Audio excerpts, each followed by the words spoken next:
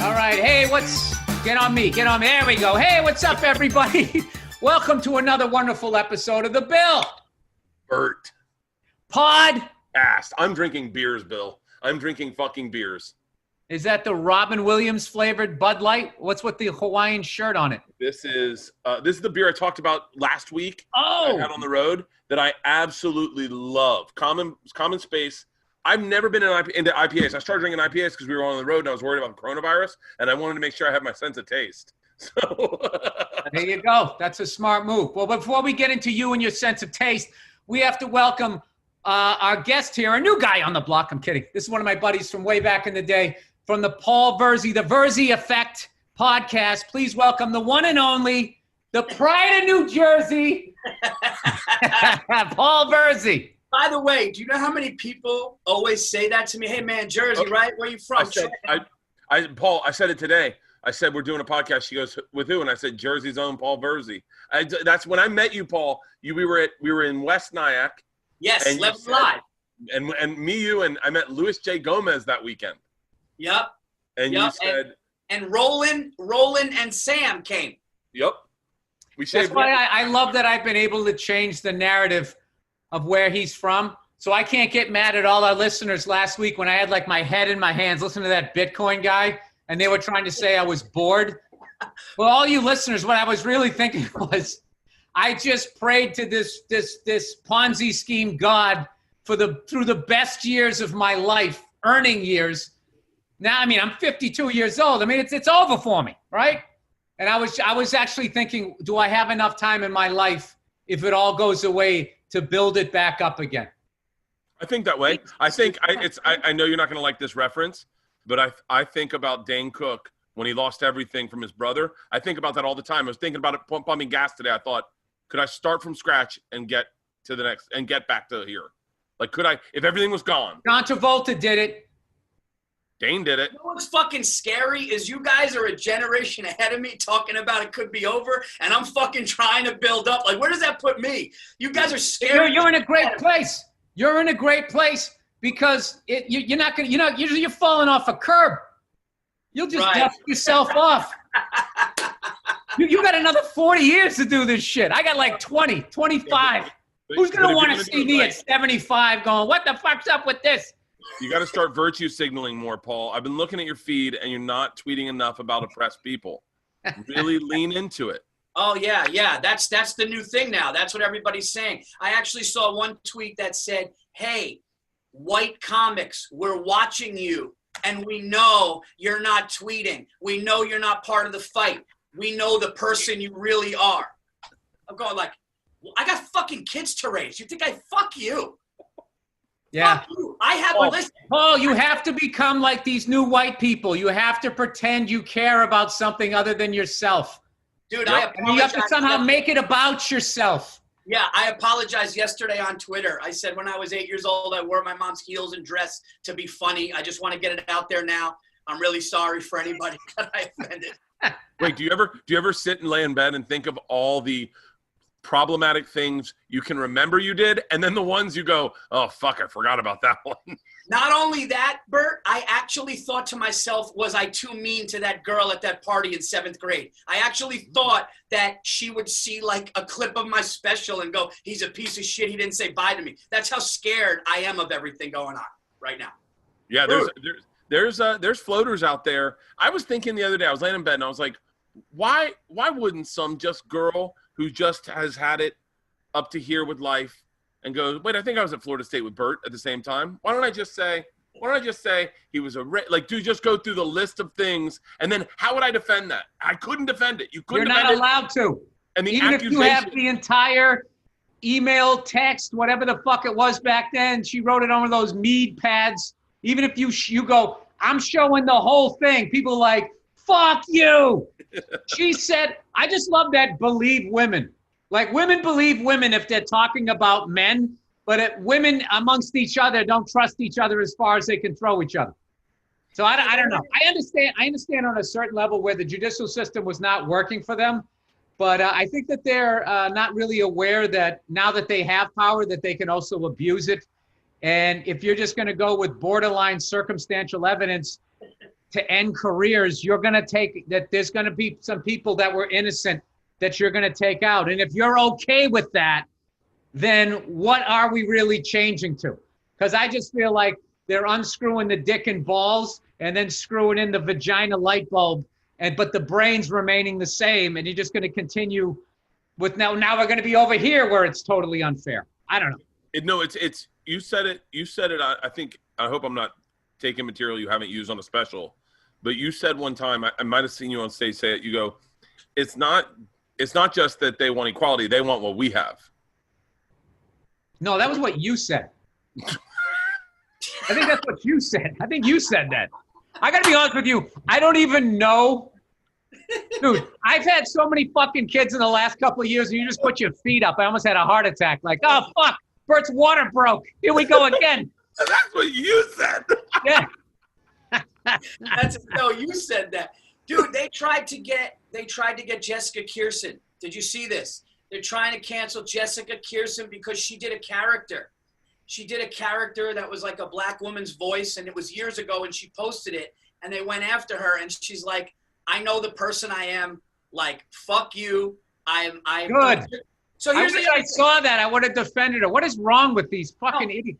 Everybody's defending her, but then you could go back to, In Living Color. Get rid of all those things they did. Go back to SNL. Get rid of all those things they did. It's like, when is a fucking joke a joke and people can just leave it at that?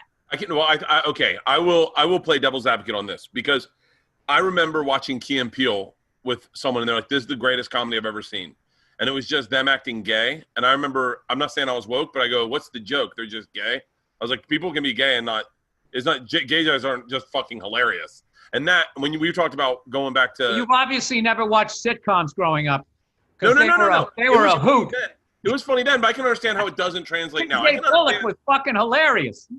I can understand how shit doesn't translate. But here's my problem is, if you're going to say you can't do a black voice in a character, which I can understand, then I also don't want British black dudes playing American black dudes. No, here's the thing, dude. What they're doing there is they're going to destroy acting. Acting is being somebody you are not. I can't believe, I love when I hear, I just did I'm going to forget her name. She worked on Pete Davidson's movie. Pamela Adlon, I think. Let me see. Yeah, she was in Grease too, by the way, also. Yeah. Dude, I was watching her in the rehearsals, and I thought that maybe she was from New York. And then when she finished, she was like, oh, hello. I was just like, what the I was just like, that is an actor. Yeah. And I can't imagine, to me, anybody can do what I do. Even when I'm in Staten Island, they still make me a Red Sox fan. Anybody can go out. That's not acting. That's just saying shit people wrote in a believable way. What she's doing is actually acting. And if they're going to take that off the table, I mean, there's a fine line, because there was back in the day where they would literally, I watched the Hawaii 5-0 episode, the original, and they had the worst makeup ever trying to make this white dude's eyes look like Asian or whatever. And it's just like, you couldn't even just get a Hawaiian guy to pretend he was Chinese or something. They couldn't do that. So I understand that aspect of it, but now they're getting literally to the point of a transitioning person should only play a transitioning person. So then it's like, okay, a transitional actor. So should that transitional actor only play people who are transitioning?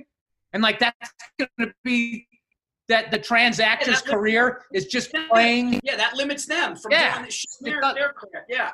Well, I do. It's a double-edged sword, because you see that Halle Berry got lit up for thinking about taking a role about a transitioning actor. No, that's not what happened. She got in trouble because she referred to it as it, and she was referring to the story. Oh, she goes, really? then it becomes blah, blah, blah. And they're like, oh my God, cis people still referring to us as it. The way I read it was that way. Yeah. I don't know. I figure if you're an African-American female and you're still getting shit, there's no hope for us. Yeah. But it sucks, because then a story that would be greenlit with Halle Berry because she's a movie star kind of gets it's not going to get as much publicity. And I think the issue is more important, possibly, like to get it out to people, like to open people's minds. I think, but what the fuck do I know? I'm the enemy. I'm the fucking worst thing out there. Not. Listen, here's a question. Because if you're just asking what, this is the thing I have. What's fascinating right now is what Sports Illustrated is doing. Yeah. Okay. Now, Sports Illustrated is a business. They have a magazine which nobody's reading anymore. Okay.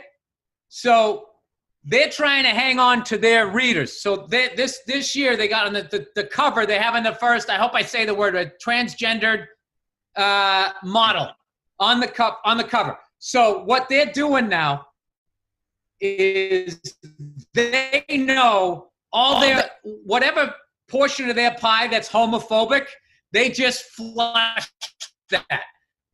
By the way, it's probably the guys who still get that. So this is what I'm wondering. Is the transitioning community going to step up for the next 51 issues of the year? Or are they going to be selfish and just buy that issue and say, thanks, Sports Illustrated, and then leave, and then they just spiral down? You got to fill that void, I think. I don't know why they needed to tell us right away. They should have told us in a month and then let us sit with that. Wait, I jerked off to her. Oh, my God. That's what they should have done. That's what they should have done. That would have been great. She was fucking hot as shit. I don't give a fuck what you say. She's still hotter than my wife. Fucking, Dude, I heard her play that Halle Berry role. Holy shit.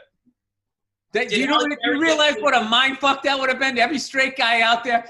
You wouldn't be looking at a magazine rack for like, I don't know, like a year.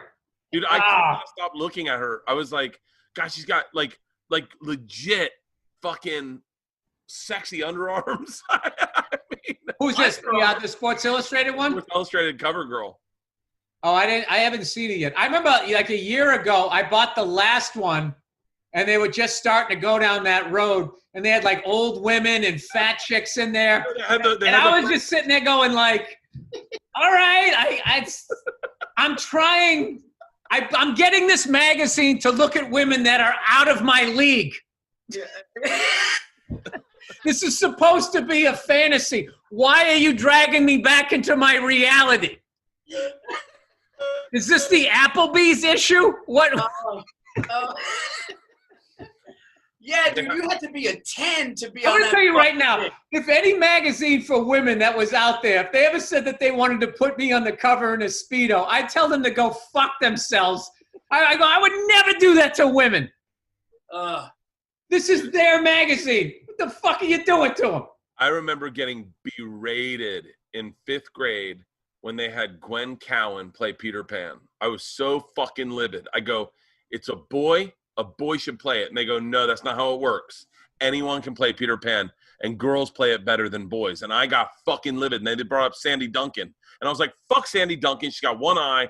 Fuck her, that telescope-looking bitch. Fuck. I was so angry, and I got berated and sent to the principal's office because I wasn't open-minded. And now, thank God I was on the right side of history. I feel like that's what's happening now, and I'm all for it. You know, the black dude from Get Out has a British accent. Dude. Listen, Bert, it was that role historically was played by a woman, just to let, as far as I know. And then secondly, they were fine in everything that they said until they say, and women play it better. That's when it's the overcorrection where it's like, well, wait a minute, now you're doing, it's like anybody can do the role, but blah, blah, blah, blah. I don't know. Bert just said something hilarious. I was talking about this on stage, and Bert's a comedian who people know, so I'm not talking about him. But the amount of people on Twitter and social media saying, I want to be on the right side of history, it's like nobody's writing about you in books. You work at fucking Chipotle. Nobody fucking, I need to be on the right side of history. It's like you fucking are barely making your car payment.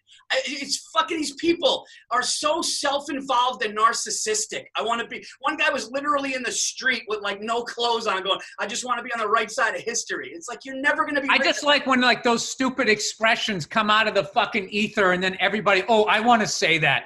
I want to be on the right side of history. It's like, that's why I don't listen to sports talk radio. Yeah. Once offsides became encroachment and everybody stopped saying offsides, they started going here for encroaching. I mean, then they take that encroachment penalty. It's like, am I out of my mind? We were all saying offsides 5 minutes ago. For somebody to say they want to be on the right side of history and nobody knows them and they're just saying that is one of the most narcissistic things ever. But that's what it's become. And that's what Twitter's allowed people to do. Yeah, while not being involved in the fight. It's just you on Twitter. I want to make sure when my thumbs move, it's like back in the day, you had to join a fucking revolution. You had to take a couple of fucking bullets to the shoulder, something. What do they call? I'm a woke signaler. I can't even say it. Signaler. How do you say that word? Signaler? Signaler. Signaler. Signaler. That just really took the momentum out of my argument.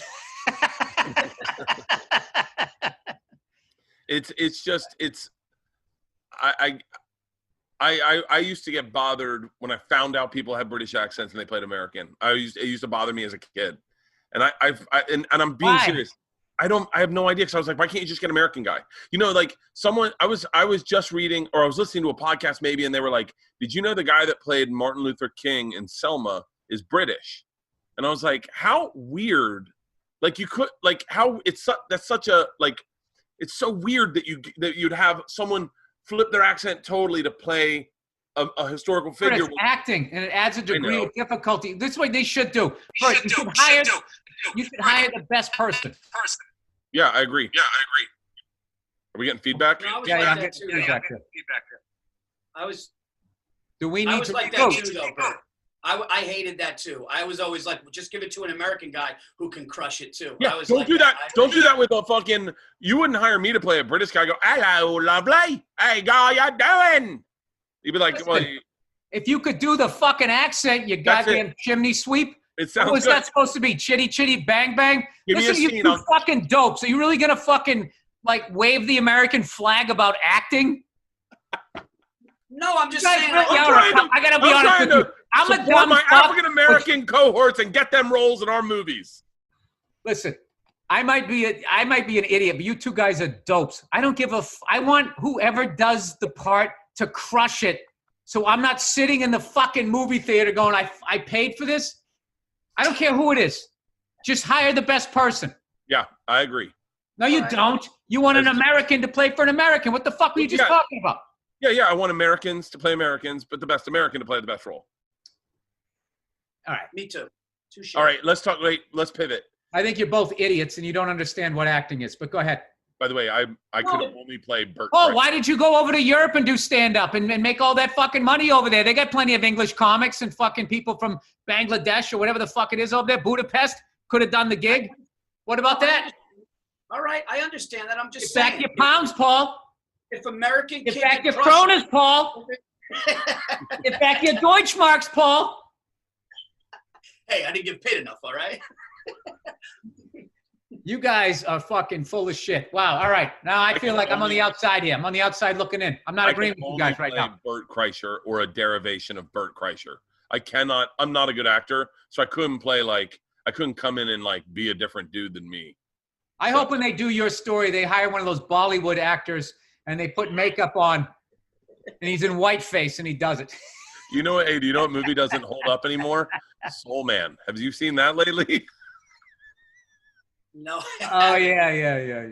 You know, I mean, here's the thing about that. We all fucking saw it, and we all fucking. I'm really annoyed with going back in history with shit that. But he got shit for that back then. He actually did, but shit that nobody had a problem with 7 years ago, and then everybody gets to do a do-over on their emotions. I'm talking about white people. What movie are you talking about? What movie? Soul Man. Let me give you the pitch, okay? Young kid, dad's got Harvard lined up and paid for him. Then his dad decides, I think I want a vacation home. I think I want to spend the money on myself. My therapist says, I need that money. So, kid, you're not going to go to Harvard. I'm not paying for it. I'm going to give you the best lesson you can get. You're going to pay for it on your own. So this kid decides, well, what better way than to just dress up like a black guy and get a loan. Oh, affirmative action? That was just... No, it was how he was going to pay for it was just looking black. Well, how was he going to pay for it then? They I think in the premise of the movie, I could be mistaken. I think you're already mistaken. No. I just watched the trailer to the movie the other day, and we were like, this is what they call tone deaf now.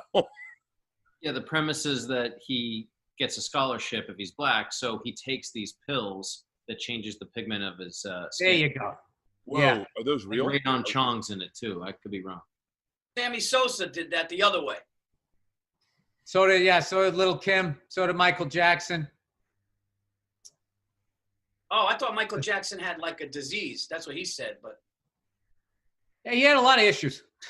Yeah, it's called pedophilia. Allegedly. Yeah, you got to say alleged because, they weren't able to get him twice. Hey, did you guys watch this Red Table Talk with Jada and Will Smith? I cannot fucking believe the way people give a shit about their personal life. That's none of my fucking business. And the way people are going after Will, I just think it's terrible. Leave him alone. It sounds like a really painful thing that they went through. How about the fact that that's news and headlines during a pandemic when we're fucking literally suffocating and there's everything going on? That was like the main thing. Like Jada Pinkett admits affair after. It's like, gives a fuck. Seriously. No, she had an entanglement. I think that's why people got caught up to it, because she called it an entanglement, and Will was like, it was an affair. She goes, it was an entanglement. Other dick. That's what she got entangled with.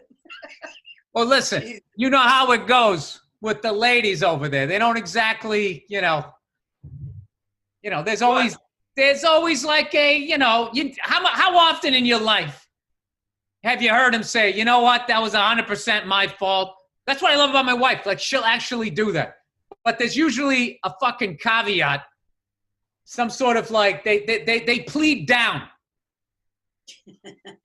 They go from murder one down to an entanglement is all I'm saying. Yeah. Yeah, it was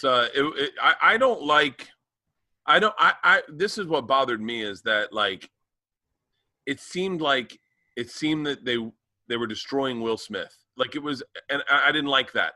As his wife, I would never put my wife in a compromising position on a podcast to make her look like a piece of garbage or to lessen her quality. And as being like a legit fucking legend that Will Smith is, I didn't like that they took a legend and tried to make him. I didn't like that. I just bothered me. Oh, it's bad. And I got to tell you something. If he fucked around on her, do you think everybody would be trashing her, making her fun? Your man's out there fucking around. With one of his children's friends? Well, this is what I've been saying as a married guy.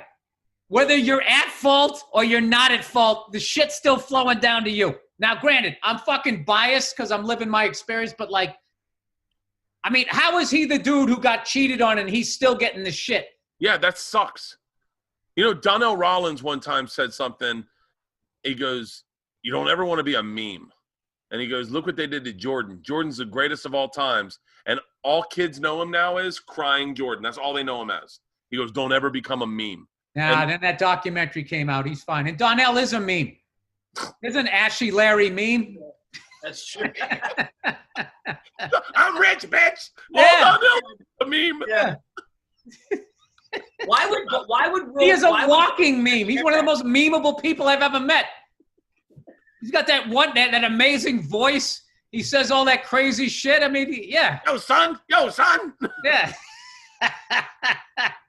Jessica Curson does a really great impression of him. Who does? Jessica Curson does a really great impression of him. Well, I didn't get that at first. Why would Will Smith why would they air that with him with like tears in his eyes and just looking like and her like being confident? Like that was what was annoying, was she was confident when she's like, yeah, and then I did this, and she was all like okay with it, and he's just looking at her like devastated. It was fucking brutal, man. Guy saved the world. That's why I don't watch Dr. Phil, because I always feel like the guy didn't want to be there. And he just gave in, and he's just sitting there. And then Dr. Phil's got his fan base is women, so 9 times out of 10, he's going to be like, you need to stop taking your dick out when you're peeing. Sit down like she does. It was like when Tyson was sitting next to Robin Givens, and she was like, that's manic. A great fucking analogy. He's manic, and he's just depressed, but I want to have little Tysons, but he's sick, and he loses his mind, and he's just sitting there, and everyone's like, holy shit. But Will Smith, I felt like, did that to himself. Like, there was no fucking interviewer there. There was no Barbara Walters. It was just like he was the one saying it and then getting devastated, which I thought was really bizarre and weird. I think it's more of the same. That's how it works in the male-female dynamic. That's how it works. It's never going to be their fault. It's going to be, well, she cheated because he did this, this, and this. And if a guy cheats, he's a fucking dog. He's a piece of shit. Blah blah blah blah blah. So we just went out to brunch. Me, my wife, Giannis, and his wife, right? Because he's in the neighborhood. So we went out there, and we have the constant same fight. And Giannis have a Greek flag mask on? No. Sorry. He goes, we go out, and we're in town. And I say to my wife, and he says to his wife, hey, we're in town. If you want, we're going to get food. What do you want? And then it's, well, where are you going? It's like, well, whatever you want. You just well, I need to know where you're going. I need a menu. And like his wife is doing it too. And it's like, guys are just like, I'm in town. If you want pizza, I'll get you pizza. If you want a sandwich, I'll go get you a sandwich. Whatever. I'm in town. So whatever, I'm going to get, well, where are you going to go? Well, what is he going to eat? Well, what is she? It's like, I'll go there. And with them, it's just like, no, you're not organized. You're a fucking dummy. Tell me where you're going. And that's just the difference. Oh, because they want you to order their second choice. That's why they do that. What are you getting? And then so they get the number one, two number one picks. And you half the time end up eating something you didn't even fucking want. You just did it just to keep her happy. I want a pear today. Oh, they have a better food draft. They get the first pick and the second pick. They don't even got to trade down. Every time I go out to eat, I do the same thing. I go, what's the best thing on the menu? Get me one of those, and then I'm going to order what I want. I get 2 meals. I eat half and half. Oh, my God. Jesus. Is that you? Is that all you? Is that was me. I'm going to get another beer, guys. I'm fucking loving this conversation. We can have Virzi on more, Bill. Yeah, I'm feeling like this isn't balanced enough. Dude, I can't drink or smoke cigars for months because I went to the gastro guy and I have ulcers in my esophagus and stomach because the acid was coming up so much and I was just smoking and drinking. And like I would take the pill he gave me occasionally because I don't want to keep taking pills because that's not good for your liver. So I would, and he's like, you haven't been taking the medicine, huh? He's like, dude, you got ulcers. Like you need to just stop. The acid is like, so yeah, dude, I'm on a fucking hiatus right now. So that beer. Oh, for the love of God, take all your kronas and your Deutschmarks and your pounds you made over in Europe and hire a nutritionist. Don't try to go online and figure it out yourself because there's so much fucking misinformation. It's like trying to figure out who's fucking up the country. You have no idea. Okay, hire a fucking. Hire a nutritionist. No. Why are you making it like I broke the bank in Europe? Because That's just a callback to you being like, I don't want a British guy playing an American guy, but I want to be able to go over there and do stand-up and make money. Go fuck yourself. There's plenty of English comics. They don't need you. Hire a fucking nutritionist, and they'll teach you how to put food together and how to eat right. There's no like that. You can solve all of that, I guarantee you, through diet and exercise.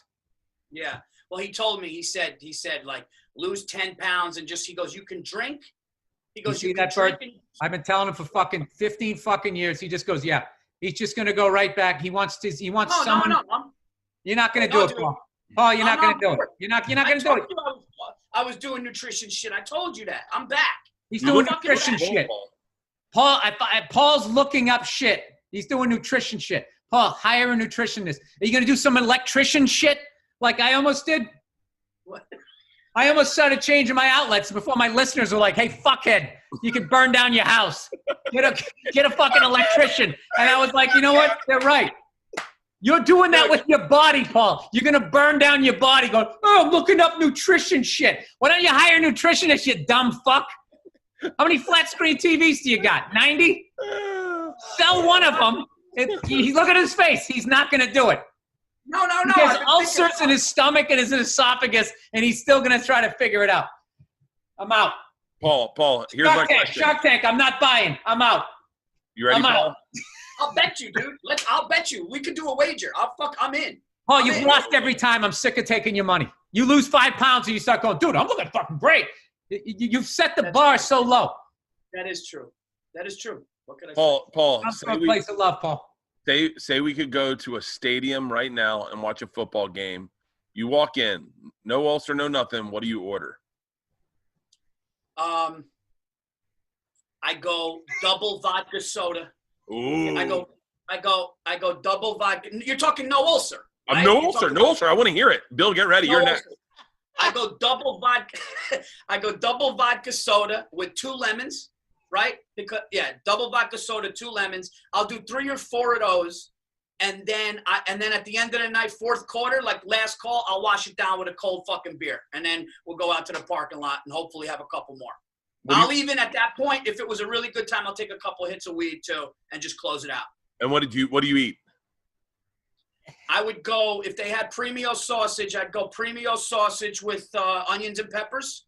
You know, spicy though. Not the sweet sausage, the hot sausage. Yeah.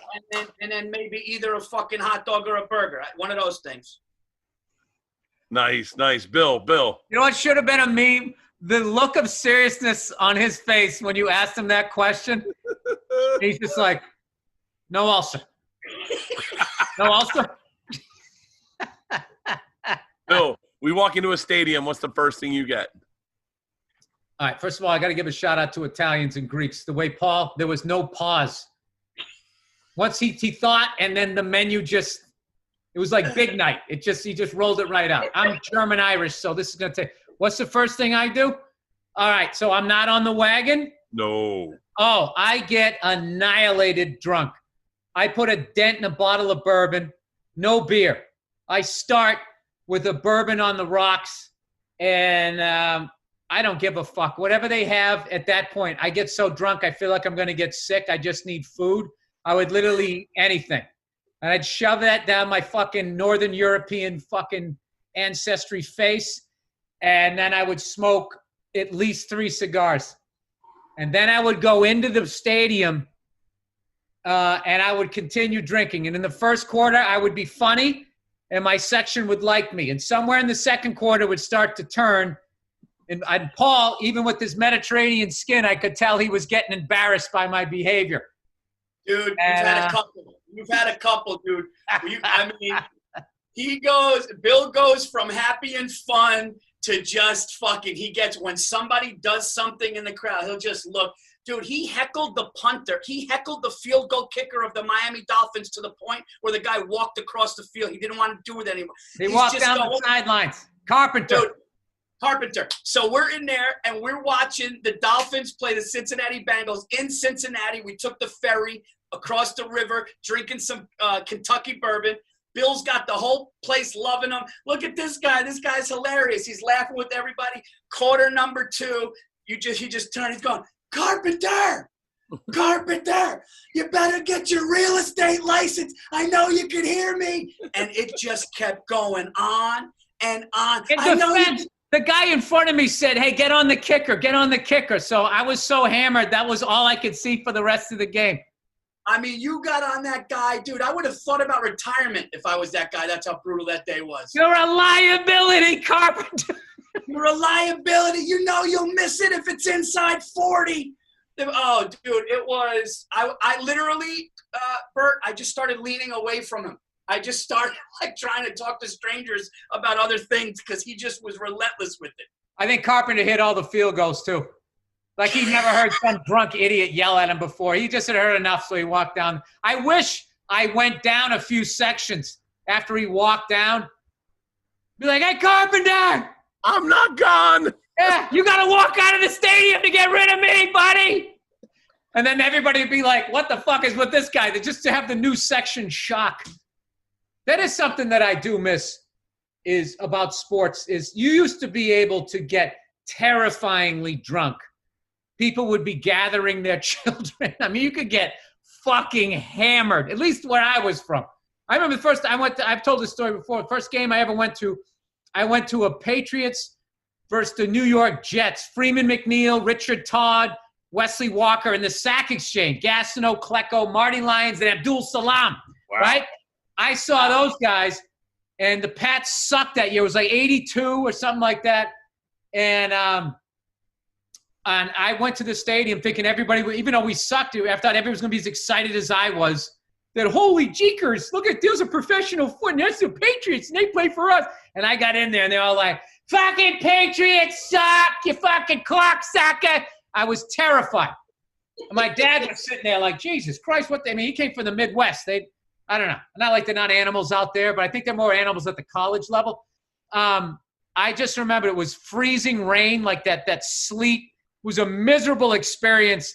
And I was scared. And a guy, I remember when I came down out of the stands, was pissing. It was just a concrete stadium, and he was just pissing like he was up against a tree, and there was that puddle of foam coming between his legs, and it was just it was not a good experience. Dude, I was at, I would say maybe 10 years ago, Jets Patriots, and even though I'm a Giants fan, we got tickets and we had to bundle up because it was freezing. We were at the highest point of the stadium, and then there's just the flat cement where you get up to walk, and then there's somebody else's head. There was a guy laying on that, face like this, like he was sleeping comfortably, late third quarter, and he would just go, and just shit would fly out of his mouth, and every time he would jolt, so I was just looking, and every time he would jolt, fucking water would fly out, and water would fly out, and people just left him. They were just like, his friends were like, all right, man, he'll be all right. And the guy just stayed there in a puddle of his friends just dragged him out like they had a mannequin at the end. Have you ever read any of the stories from old Sullivan Stadium, Schaefer Stadium, where the Patriots played? No. Dude, we got banned from Monday Night Football. Somebody stabbed a police horse. One time we won a game, they took the goalpost out of the stadium and they hit wires and people got electrocuted. There was a guy fell off the back of the stadium. This was a time where you could actually sit up on the back of the stadium. There wasn't even anybody to be like, hey, you might want to get down from there. Dude, who stabs a horse? Some fucking drunk.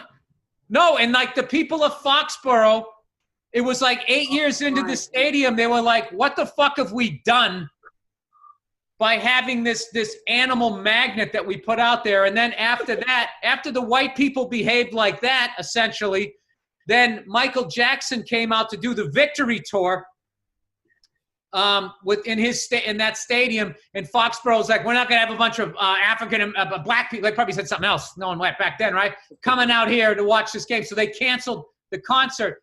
And well, this is what happened. That's how that opened the door eventually. It opened the door for Victor Kayem to end up coming in, because that's what fucked over the Sullivan family, one of the original families. Because two things. They somehow were promoting the whole Michael Jackson victory tour. And when they did the finances, what they were paying him, and then the gate, they were going to make the money. But they didn't see how big Michael's stage was. This is what a promoter in Boston told me. His stage was so fucking big and ate up so many seats that they were going to lose money on every single gig, like substantial money. So they asked him to make the stage smaller, and he said, I can't, because he was competing with Prince, and he was worried that Prince was going to have a better stadium. So he refused. So they lost money every single time. So they were going to take the tour as a loss, and then they canceled Foxborough, and he still made them pay. And that was it. That's what this promoter told me. Bill, you had a story that I wanted to tell somebody, but you had to tell it because it was one of the funniest things that I've ever heard about a Boston guy either getting drunk or getting into fights. But you told me about a friend who fought so much he had a mouthpiece in his pocket. And I got to tell you something, the visualization of that, the mind fuck of that is still one of the funniest things. And when I think about it, I'll cry laughing. He was a bouncer. He had a mouth. It was like a thing that you just put in and you bite down on it. It wasn't like the full-on with the Puerto Rican flag like you're watching pay-per-view. He had like the little fucking thing, and he would get into it with a guy, and like as they were going to square off, he'd put this thing in their mouth. They were like, dude, this guy brought gear. And I saw him one time actually get suckered, and it flew out of his mouth, I believe. It's so long ago, I can't remember. But, yeah. Dude, if you're going to fight a guy, if you're about to square up with a fucking guy, drunk or sober, and he pulls out a mouthpiece and puts it in, you win, dude. Yeah, no, it's over. Hey, did you guys watch the UFC last night? Boring. I didn't, but I heard Really? That. I love that. A lot of people hated that last fight. I loved it. Fucking hated it. I didn't know toe stomping was a fucking move. Dude, how about the fact that guy just stood there while a champion heel? How many times could somebody stomp on your fucking big toe and you're expressionless? Dude, what I don't like, that was like everybody's just, oh, he's stomping on his toe. He totally took away that guy's game. And that guy's one of the greatest fighters I've ever seen. That was like a chess match, and he won, but people wanted to see like an action here. I understand why some people thought it was boring after a while, but I loved it. I'll tell you what, I would argue, I actually texted this to Rogan this morning. I would argue that had there been a fans there, it would have been a different fight. I think they would have started booing. And then they boo when they're down grappling and someone's going for a triangle, they start booing. Yeah, all but that speeds up the fight. That speeds up the fight. When they start booing, those fighters hear that, and it does dictate the energy of how the fighters behave. And I think they would have booed. Hey, let me ask you this. When you're a stand-up comedian, should you do what the crowd wants you to do, or should you do what you want to do? I do a lot of what crowd wants. I get suggestions, like they write it on papers and send it forward, and then I just do their bits. I don't know, Bill. What the fuck? I'm just saying. No, you're going to put your – I mean, look, I understand their job is to entertain those fucking people, but those fucking people, anytime it goes to the ground for longer than 20 seconds, historically they've started booing, regardless of what's happening. So I don't want the upper deck to dictate what I'm watching. I actually enjoy it. I'm such a cunt. I actually enjoy it without a crowd. I like it better. I like hearing what they're saying in the corner. Dude, so many of the hits that I thought were just bullshit hits, you watch it at home. I could take that leg kick. Just hearing them, you're like, oh, my God. How is that guy not flinching? How is throwing that kick not hurting the guy throwing the kick? Forget about the guy taking it. I have like a whole nother level of respect for I'm not thinking that it was like it was an eventless fight. I wanted to see more. I wanted to see a knockout. I wanted to see it end. I didn't want to see a decision. I didn't want to see him hold him up against the fence. I think Masvidal had obviously not gone through a camp, so I don't think he was physically as fit as he has been in the past. Absolutely. Usman was fucking dialed in. He literally was in great shape, wasn't gassed. And after that first round, they'll have a rematch. It'll be. I think I don't know shit about this, but I would think that they would. But I don't know, man. I kind of enjoying.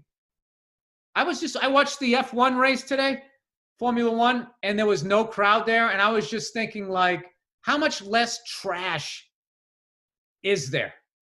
Because, dude, like over 100,000. I don't know how many people show up. I mean, it's a fucking racetrack. It's got to be big enough for them to drive 200 miles an hour on. Just not all of that trash, all of those people pissing and shitting in porta potties and all that. I know, I guess they do it at home, but I kind of enjoy I'm looking forward to the NFL without a crowd. Well, here's the question. Go ahead, Paul. No, is the NFL going to have some crowd, though, like a limited capacity? Or no, or nothing? I feel like the NFL is like the Federal Reserve of sports leagues, where they sort of dictate. They're like a beyond the government, I feel. Like, I thought it was interesting that we kind of knew about this shit and nobody said anything until after football was over. Bert said they could have shut it down in January during the middle of the playoffs. They're like, nah. Yeah, they're just Let's going. get through the Super Bowl. Bert said something, too, about the crowd dictating things. What about the NBA playing in that, like, when you get hot in basketball, you start hitting shots and the crowd momentum and stuff, it's going to be weird to watch a guy hit a couple and then run down with nothing and just see if he can keep that running. How great is that going to be, Paul? How great is that going to be? You're never going to get to see this again. Instead of whining about, oh, why can't it be the way it always is? Why can't you just enjoy, like, this is fucking – if you ever wanted to hear what the fuck they say, dude, can you imagine this shit? Like, they almost have to be on a delay. Because you still, with the crowd, you hear people going, what the fuck, to a ref. They're gonna have to be like, I even saw like some of the guys last night were whispering in the fighter's ear or trying to keep their voice down. I find all of that shit, like a long time ago, I said that the NFL package should have like the NC-17 version where all the players are mic'd up.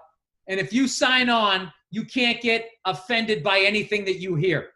And then you get like the ultimate sort of like you're watching the game and, you always see guys jawing at each other. You could hear every fucking thing that they were saying. I'd rather hear that than people chanting bullshit. Why don't fucking comedy clubs have that? How about a disclaimer? right before you walk in. You're going to hear this, and this. You have to take a picture of the fucking disclaimer on your fucking phone, and then there's no problems, no fucking complaints. You don't like it, just fucking leave. You knew what you were walking into. They should have that. I wish people would just push back against the 8% of people that are doing this, which really just seems like at this point, I don't even know what it is. They're not making anything better. They're just ruining people's careers. That's what I'm saying. It might be only 8%, but that 8% is taking fucking food off people, taking careers away. Well, that's because everybody else is keeping their fucking mouths shut and letting them do it. That's what it is. Because listen, it's not like every time they complain, I feel that they're wrong. But like now it's getting to the point of it's just like there's no trial, a little bit of circumstantial evidence, go fuck yourself. The other person's like, here's all the evidence you were just looking at. That actually shows it a lot differently than the way you're deliberately skewing this shit, and everybody has no time for it. This podcast is brought to you by ExpressVPN. I know most of you are probably thinking, why don't you just use incognito mode? Well, let me tell you something. Incognito mode does not hide your activity. It doesn't matter what mode you use or how many times you clear your history in your browser. Your internet service provider can see every single website you've ever visited. That's why even when I'm at home, I go online and use ExpressVPN. It doesn't matter if you get your internet from Verizon, Comcast, or any ISP. ISPs in the US can legally sell your information to ad companies. ExpressVPN is an app that reroutes your internet connection through their secure servers so your ISP can't see the sites you visit. Dude, I want to get this shit. I know, bro. This is like my late night up at night brain mode. ExpressVPN also keeps all your information secure by encrypting 100% of your data with the most powerful encryption available. Most of the time, I don't even realize I have ExpressVPN on. It runs seamlessly in the background, and it's so easy to use. All you have to do is tap one button and you're protected. ExpressVPN is available on all your devices, your phones, computers, even your smart TV. There's no excuse not to be using it. Protect your online activity today with the VPN rated #1 by CNET and Wired. Visit this exclusive link, expressvpn.com/BillBert, and you can get 3 extra months for free on a 1-year package. That's expressvpn.com/BillBert. expressvpn.com/BillBert to learn more. All right. And after you're done protecting yourself online, it's time to manscape your junk. Manscaped, everybody. Summer is in full action, and we are thankful for our sponsor today, Manscaped, for keeping us fresh. Sun's out, buns out. And hopefully your pubes are not out. Manscaped offers all the right tools to keep your hair groomed above and below the belt. Manscaped is dedicated to helping you level up your full body grooming game. They actually just released their Shears 2.0 nail kit, which is the perfect add-on to their Lawnmower 3.0 or Perfect package. I'm telling you, Bill, I just used these last night. They just sent me the tweezers and rounded point scissors, nail clippers. The nail clippers are fucking awesome. I want to get those. All right, the Shears 2.0 is a luxury 4-piece nail kit featuring tempered stainless steel tools, and it includes slash-tip tweezers, rounded point scissors, fingernail clippers, and a medium grit nail file. You're probably wearing flip-flops, and people don't want to see those nasty unclipped toes of yours. No one likes ungroomed set of feet, fingers, and most importantly, balls.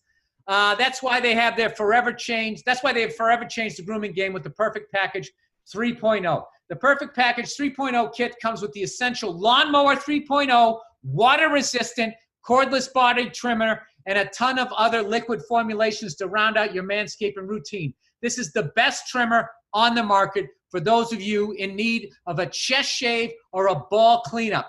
This third-generation trimmer features skin-safe technology to reduce manscaping accidents. Inside the Perfect Package, you'll also find the Manscaped Crop Preserver, an anti-chafing ball deodorant, and moisturizer, because we know how painful chafing can be when you're wearing your bathing suit all day. You'll also find the Crop Reviver, a testy toner, that's designed to give you a little pep in your step. I don't even know what that is, but I want to try that. Subscribe to the Perfect Package and get a new blade refill on your lawnmower trimmer delivered right to your door every 3 months. For a limited time, subscribers get 2 free gifts. The Shed Travel Bag, $39 value added, and the patented high-performance reduced chafing Manscaped Boxer Brief. Get 20% off plus free shipping with the code BillBert at manscaped.com. Do yourself a favor and always use the right tool for the job.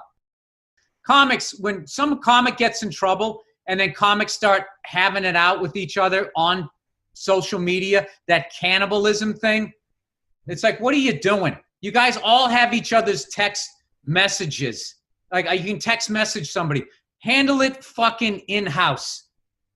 No, but you want to know why? Because a lot of them are narcissists who want that show. They want to show that show. They don't want to handle it.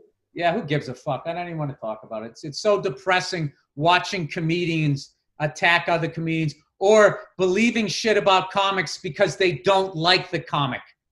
Not because of the evidence presented, because he bumped them, because they don't like his act, because they don't like where their career is at, that they literally just co-sign on this bullshit to have one less person in their way. It's really a fucking bizarre time. So I wish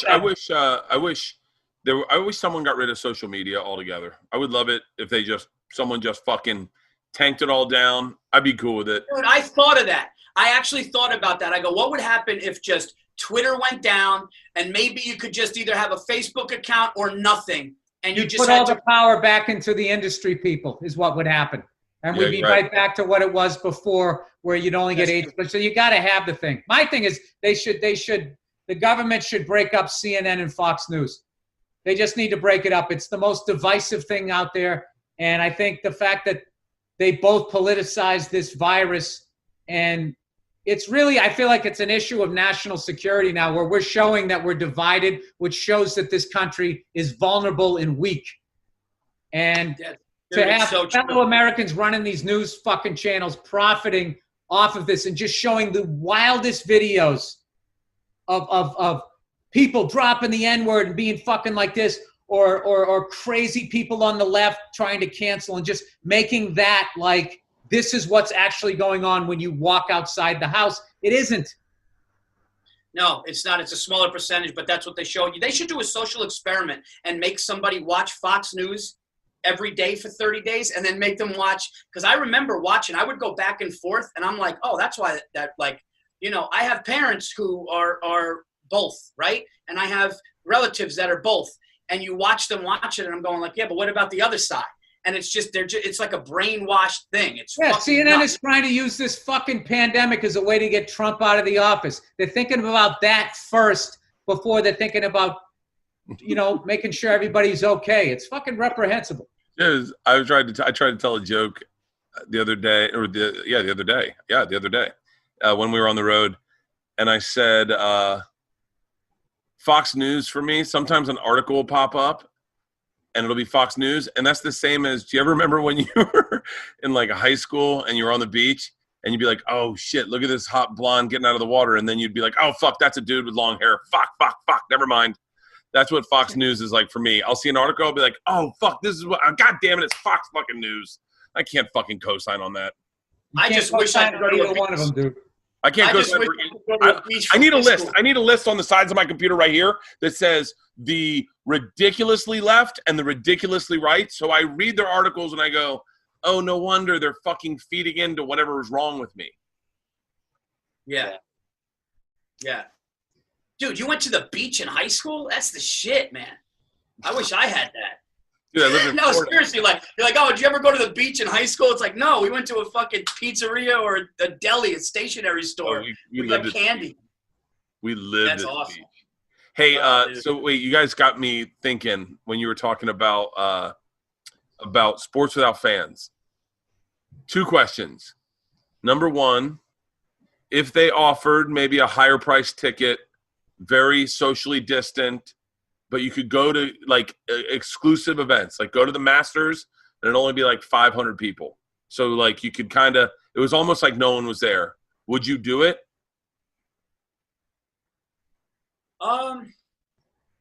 I mean, I get it's just And that's a tough one. what event would you go? Would you want to see, Paul? Like how safe, like you say, it looks like nobody's there. Just how safe would it be? Like 100%. if I'm 100% safe, 10, 12 feet away from somebody, and I have a mask on, and I'm with a buddy that I know doesn't have it, then I would probably do it. But if I got there and it was a shit show, I'd be like, oh, this is not, This like what event would you want to go to, Paul? I'll be honest, man. I've never been to it. I've been to a ton of stuff. Me and Bill, Bart, Nick, and we've been to all these different things. I've never been to the Super Bowl, never. And I should have went. The second time the Giants went. I should have went with Eli. I should have went. You should have went the first time. And I shouldn't. I should have went to either, and I didn't fucking go. And it kills me because Eli's my guy. Eli's always been my guy, and I'm never going to be able to see that guy in that game, which hurts me. So if they had a social distance Super Bowl and I had like my buddies and I had to think, fuck, that's for me, I would do that because I've been to game 1 of the World Series, Yankees Mets. I've been to the National Championship NCAA. I've been to Sunday at the Masters. I've been to that. I have not been to a big tennis match. I did go to the U.S. Open, so I did do that. For me, Super Bowl. Okay, so here's the question. Just so I can make it fiscally responsible, they say, Paul, we got a gig for you. It's $50,000, or I can give you 4 tickets to the socially distanced Super Bowl. 4 tickets or $50,000. Well, my wife would fucking freak out if I didn't take the 50 for sure. She'd be like, "You fucking idiot!" So you could drink and forget the ending because you're gonna be drunk, smoking cigars. Or you look at your daughter, look at Sophia and Lucas, and tell them you walked from $50K. She's in a medically induced coma and she doesn't have a say in it. So God forbid. I don't know what it is. I would have to go. I would just have to go with the cash. I would go with the cash. 1 gig. It's the same as a $4,000 gig, as a $1,000 gig. And they're going to give you 4 tickets to the Super Bowl, socially distanced. You can smoke cigars because no one's around. All right, here's the deal. I got to change it a little bit. If the Giants, $50,000 though. No. Dude, but it's just stand up, Bill. It's just stand up. If the Giants are in it, that may change if my New York Football Giants are in it, that may change it. But if I'm going to see the fucking, the Bucks, play the Dolphins, I'm not, fuck that. You know what I mean? Okay, Bill, same question to you, okay? Here's the deal. Big casino. Harris calls up and says, Bill, we got a really big gig. Here's the deal. We can pay you in cash, and it's 6 figures. It's like $250. Or Bill, or hold on. Bill, here's the pitch. I'm doing it. Thank you, big casino. Bill, hold on. I own the casino. I'm not done with my pitch. Okay? I'm sorry. I would like to give you that money, or I can offer you any helicopter you want. You fly you and 6 of your friends out to this game. You watch the game. You have a great time, and then you get to fly the helicopter back. 6 of your friends, cigars, whiskey, no women, just fucking. Yeah, but the amount of money that you're giving me, I could then rent any helicopter I want. I know. It's hard with you. The problem is, with both of these analogies, you went so high with the money. 250 fucking grand. Dude, what am I, Lady Gaga? I'll take the Lady Gaga money and I'll put the rest on a gift certificate. Dude, there's little I wouldn't do for fucking $250 cash. $250 cash, I don't know what I wouldn't do. Actually, I know what I wouldn't do. There are a couple things I wouldn't do. Name them. Name the 4 things you won't do for. He wouldn't be able to without getting in trouble. Yeah, that's true. I don't want to say something. No, I don't know. There's just a couple of, I don't know if I would. It wouldn't hurt your family. Sucker punch and none. Sucker punch and none. No, I would do that. But, with all the shit she's done to kids hitting their knuckles with a ruler, she probably had it coming. No, I'm kidding. Yeah, I wouldn't do anything to hurt my kids. I wouldn't do anything to hurt my family. I wouldn't do what Tom Cruise did in that movie where he hung on the side of a B-2 bomber and had it take off and actually was outside of it and then came back around and landed. And he said like he was thinking about it the night before. He did that. Like he actually, I wouldn't do that. If you put fucking $250 cash in a fucking duffel bag and said you just got to hang on the side of this airplane, we're gonna take off, we're gonna go about 3,000 feet, come back around and land, I wouldn't do it. It's 17 hours. Would you do it? Well,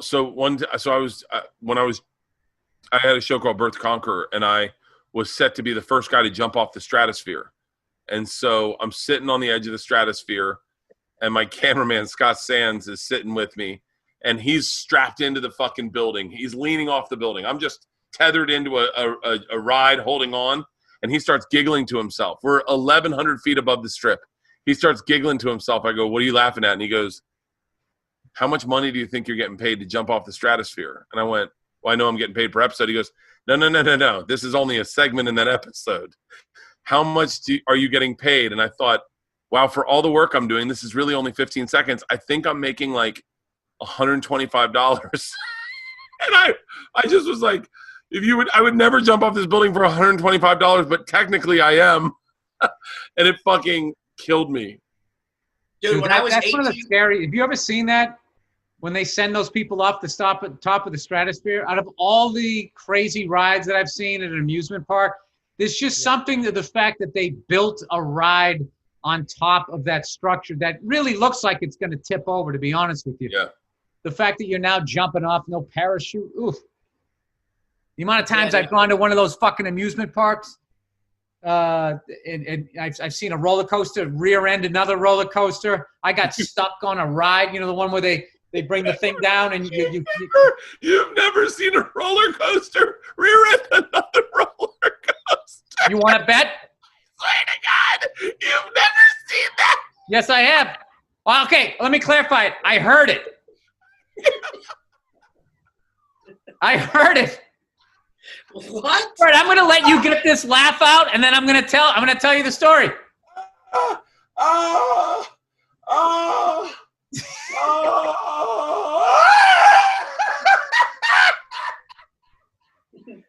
Bert, I swear to you're gonna eat this laugh. I'm telling you what happened. Tell me the story. All right. So we went on this roller coaster, Six Flags. I believe what year? Oh, God. Long time ago, like at least 15, 20 years ago. It's more than that, right? Springfield, Massachusetts.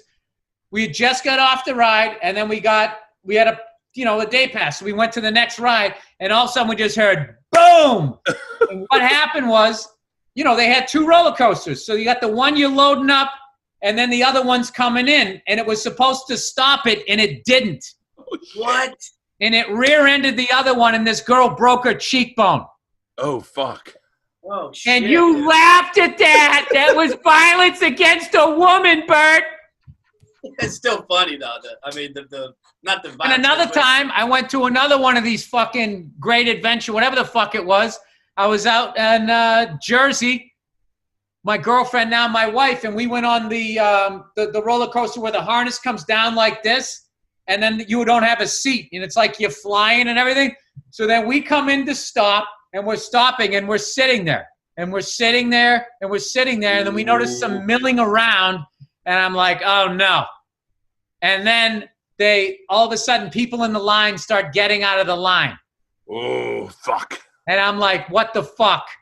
And then I see these guys in these yellow suits go over, and they're looking at like a fuse box. And at that point, my wife is starting to get upset. And I'm trying to, it's all right, they're going to get us out of here, whatever.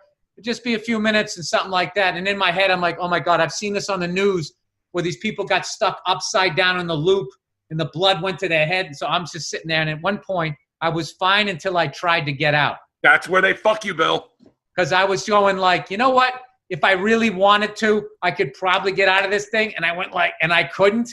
And then that's when my breathing started going like. Yeah. Right as I was starting, dude, I was seriously gonna fucking freak out. Dude, if you started screaming, do you know what Nia would have done if you were like, ah! She would have been like, all right, dude, that was gonna happen, and it was gonna happen real quick. But thank God for those guys in the yellow suits. They brought us in, and I will never forget. They brought us in. And I'm like, now is it gonna happen again? It's gonna happen. And like, dude, we got off that thing. It's like, I've never gone again. I don't think I've gone again. I was just like, this is like I don't know what this is. This is like flying a fucking plane that just all it does is fly.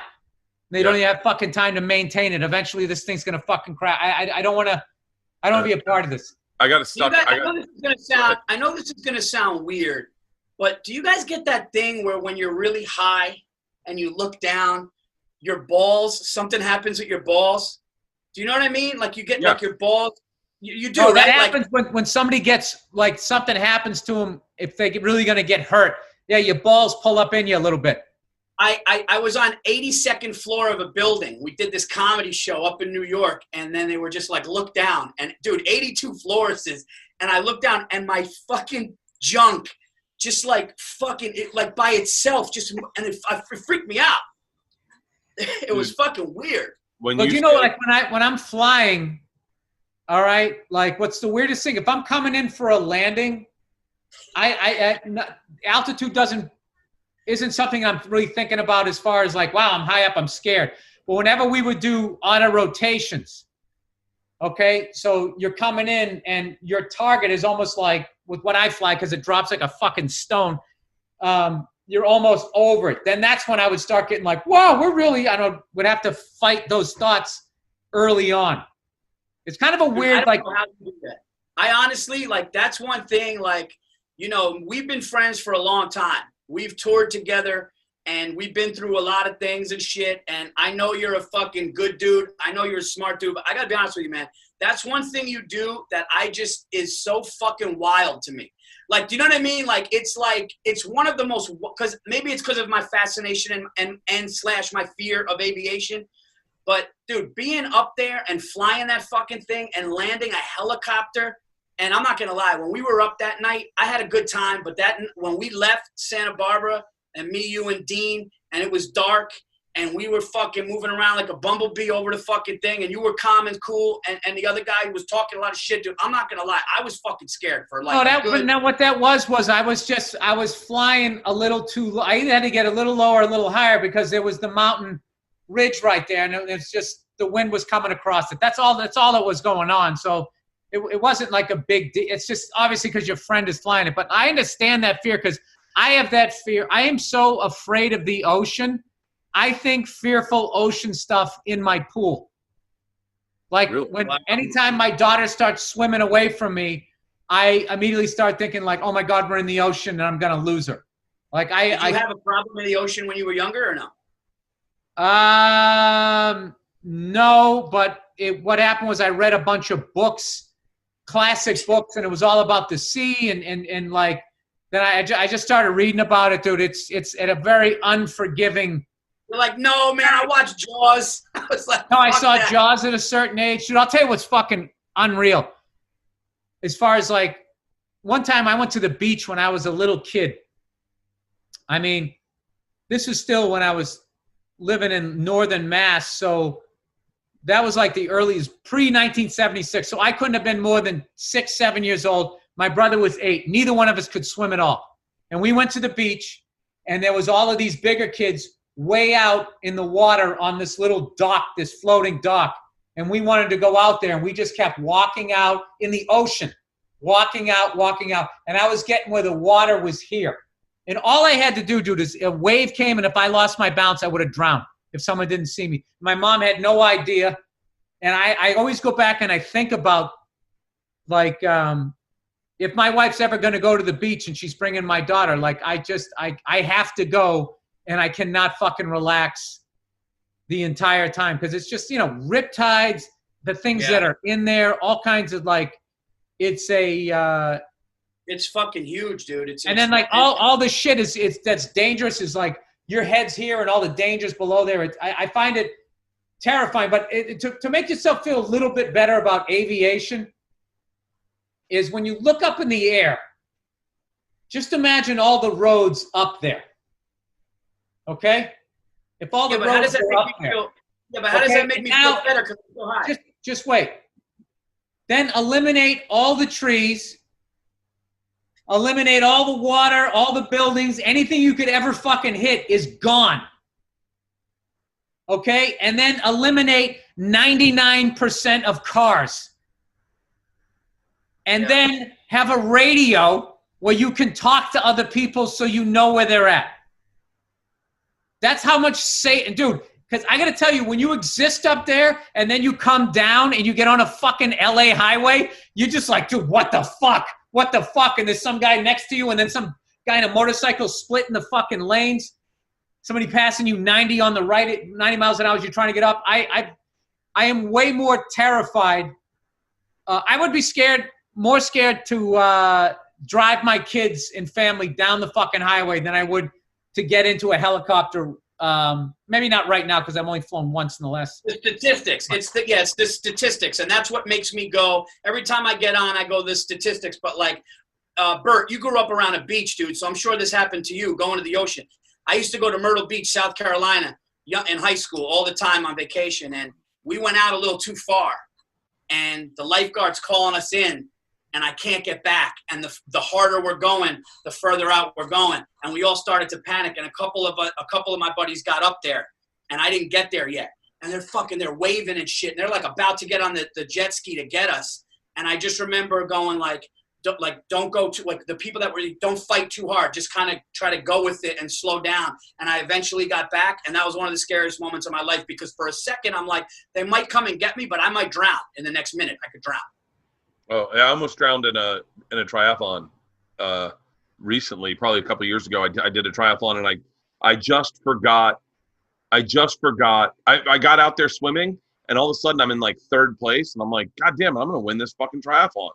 I was like, why are these fucking idiots? I'm like looking, and they're like, I go, this guy's not even going the right direction. He's like 20 yards away from everyone. I was like, am I gonna win this thing? Like, I'm touching toes to the guy in front of me, going, fuck it, I'm gonna pound through. So I get to the buoy, and as soon as I hit the buoy, I didn't turn the way everyone else did. I didn't know how to turn. You're supposed to do this roll thing.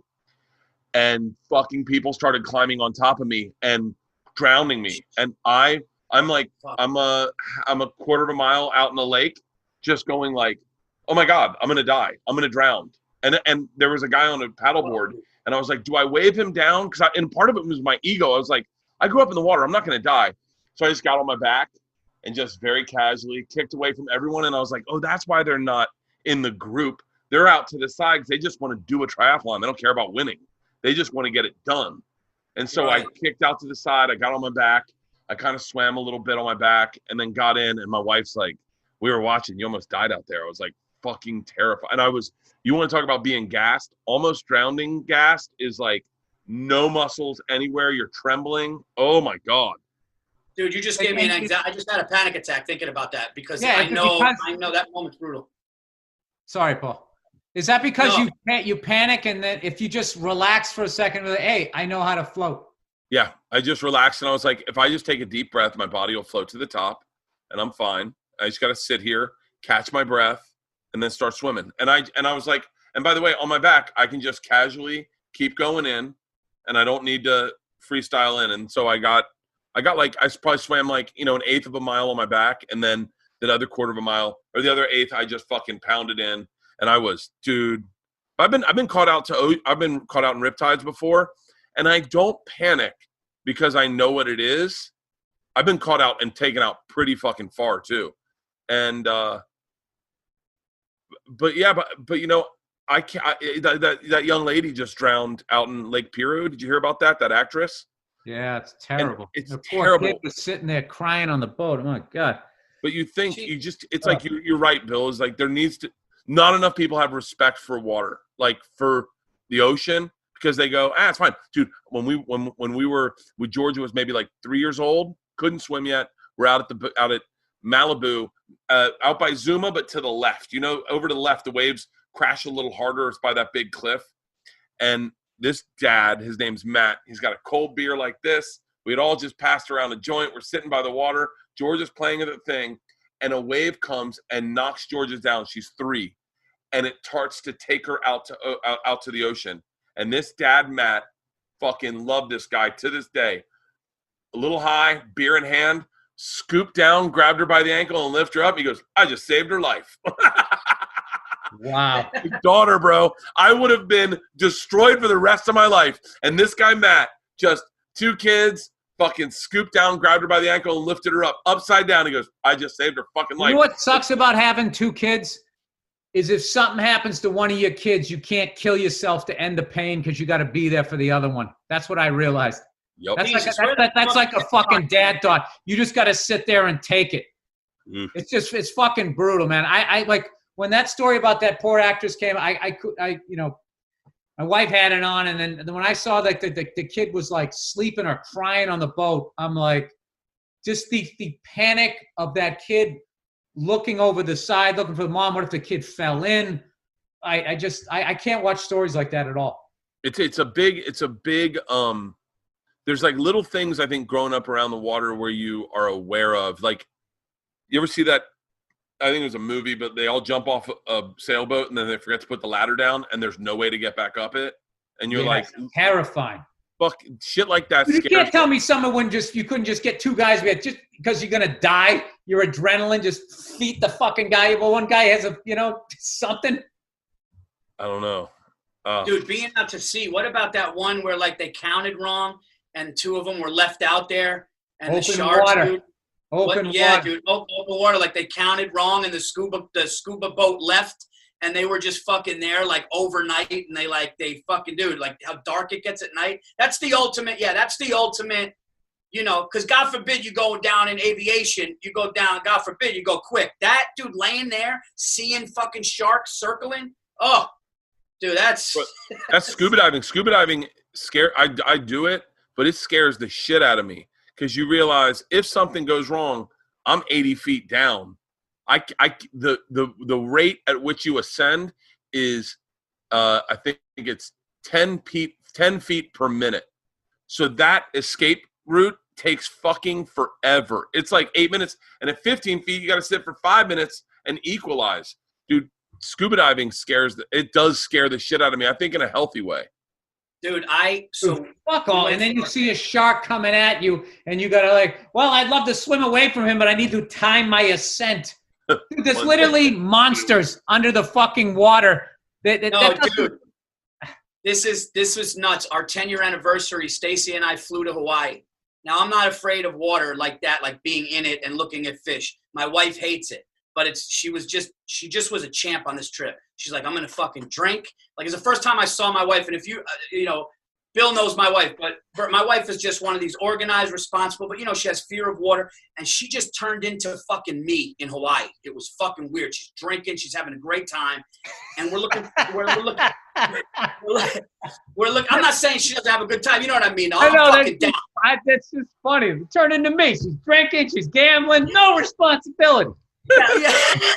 Yeah. She turned into a comic after their shows on a Saturday on the road. She just said she's waking up in the middle of the night, burping up acid.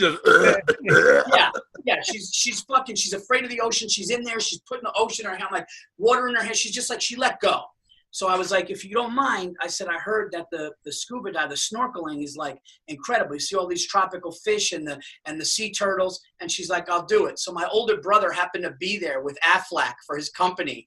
And he was like, do you guys mind if I hop on that trip with you? So the night before, 100% true story, the night before, we're eating seafood, and I'm going, hey, my brother Christian's coming. I go, last time he went out on a boat, he was puking over the boat for 5 hours. All his coworkers were telling me, he's probably going to be puking tomorrow. I hope not. We're laughing. Fast forward the next day, I wake up, I have coffee, and I'm like a little queasy on the way. They had to pick us up from where we were at the resort and drive us an hour and a half. We went to the west side of the island. Beautiful, like mountains where they filmed the show Lost and shit. So we get on this catamaran, right? And it's all these people like, here's the rules. You're going to get some drink tickets, but after the drink tickets, we'll make you drinks. We make this one drink called whatever. There's a lot of rum. We're going to go out there. We're going to have a great time. We're going to jump in. They give us all the rules, right? So I drink this fucking rum.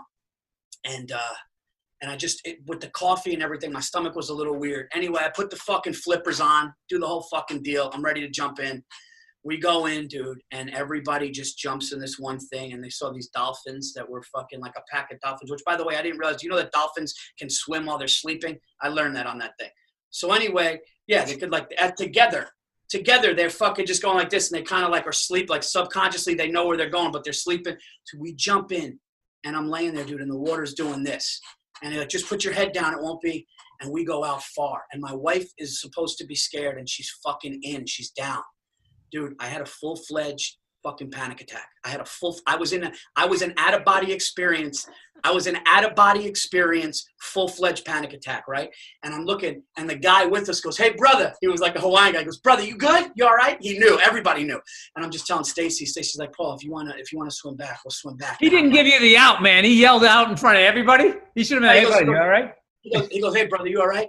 And doing everything. And I looked in, and it was like this fucking fish tank of the most beautiful fish I've ever seen. And then I came up, and I'm like, and I was just like, I started panicking. I was like, I don't think I could get back. So Stacy's like, "Paul, you all right?" I didn't want her to have a bad time.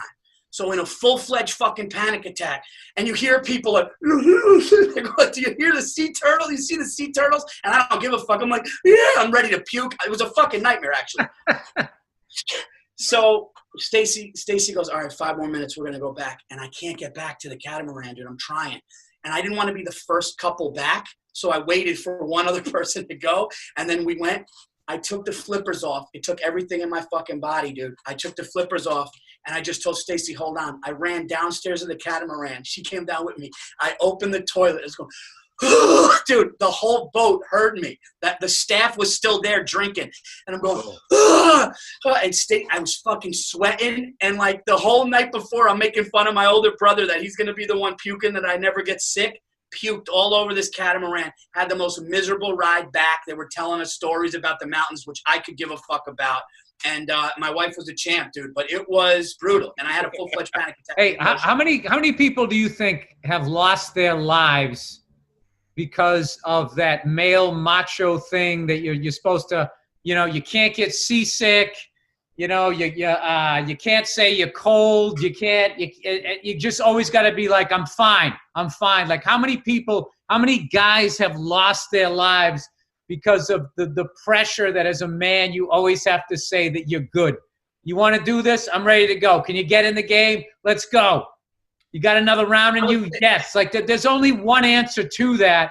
Like, dude, if you were a woman, you could have been, hey, you okay? You could be like, "No, I'm not. I'm panicking. I'm not enjoying." You just get it out. And as a guy, you're like, "Hey, okay." Call me a bitch, but when I'll go an extra couple beats, but then I have to go, "Get me out." Oh, Paul, the fact that you still were that scared and you still were like, "I have to let another couple come in first." I mean, what could have happened in that time? Just because that I'm telling you, dude, like I used to do a bit about that whole thing, how the male ego. I mean, that's something that fucking jerk off will dig up. That bit, what are you, an F? Remember that? Oh yeah. Yeah, from back then, which was making fun of homophobia. But and how that gets guys killed. To this day, dude, I'm telling you, like I actually had a big breakthrough with my wife yesterday.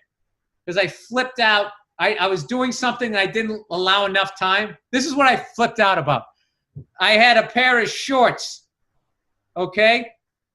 And the ones that have like the lining in it so you don't need any underwear. Yeah. But the string was already pulled out. So I couldn't tie them. And my dog's in town. I was going to take it for a walk. But if I had my phone and my keys in, they were going to pull the shorts down. And old Billy's junk was going to be hanging out. So I was like, I can't have that. So I took like a paper clip, tied it, and I was doing the thing, and then it came undone, and it started poking through the shorts, and I fucking ripped it out. And I had this I'm standing there, by the way, naked from the waist down in my bathroom going, "Fucking cocksucking motherfucking all this shit," right? I finally got it through, and I was able to be all right. So my wife told me, she goes, "I got to tell you, post-pregnancy and all that, I feel a tightness in my chest when you do you know what that feels like?" I'm like, "Yes, I do, because I grew up with that. I don't want to do that with you." And I was finally able to say, "Listen, when I flip," because the second I flipped out, my daughter goes, she could be like, "Dada, don't scream like that." That's what she says. And then I just go, "You're right, buddy. You're right." And she calms me down. So I said to my wife, I go, "Can you start doing that too?" And she goes, "You want me to say that?" I go, "Yeah, if you literally just say you're giving me tightness in the chest, I'll be able to get outside." What I've read about is losing your temper. Back in the day, the Greeks used to think it was temporary insanity. And when you think about what you say and what you do, it is. So I go, "It'll get me outside of it." And she goes, "You'll be okay if I say that?" I said, "Listen, I've tried to do this myself for 50 years. I need help." I literally said that. And that's something that I've never said. Wow. And then she's just been like, "Okay, I'm going to do that." So we haven't done it yet. but we're going to try. But for once, I got out of that male ego thing of like, I can't be the first guy to go back to boat. I can't be the guy who says he needs help. I got to be like, but I also didn't want to ruin her times like snorkeling, which I knew she was afraid of, and now she's enjoying. Well, I'm not saying you weren't a hero in the situation. Okay, I'm not trying to. I wasn't trying to make myself above you. I was just trying to say, as a guy, I love that you went there. No. It wasn't just me. Are you the type of guy in a fight? This goes for both of you guys, you two, Bert, all you guys. Like, are you the type of guy in a fight? Because when I fight with my wife, I go like this. Like, I need to end the fight. Because, sometimes my wife will walk away, and my son is the same way, where they walk away, door closed, need to process it. And for me and my daughter, that doesn't work. I'm like, no. I want dinner to be good tonight.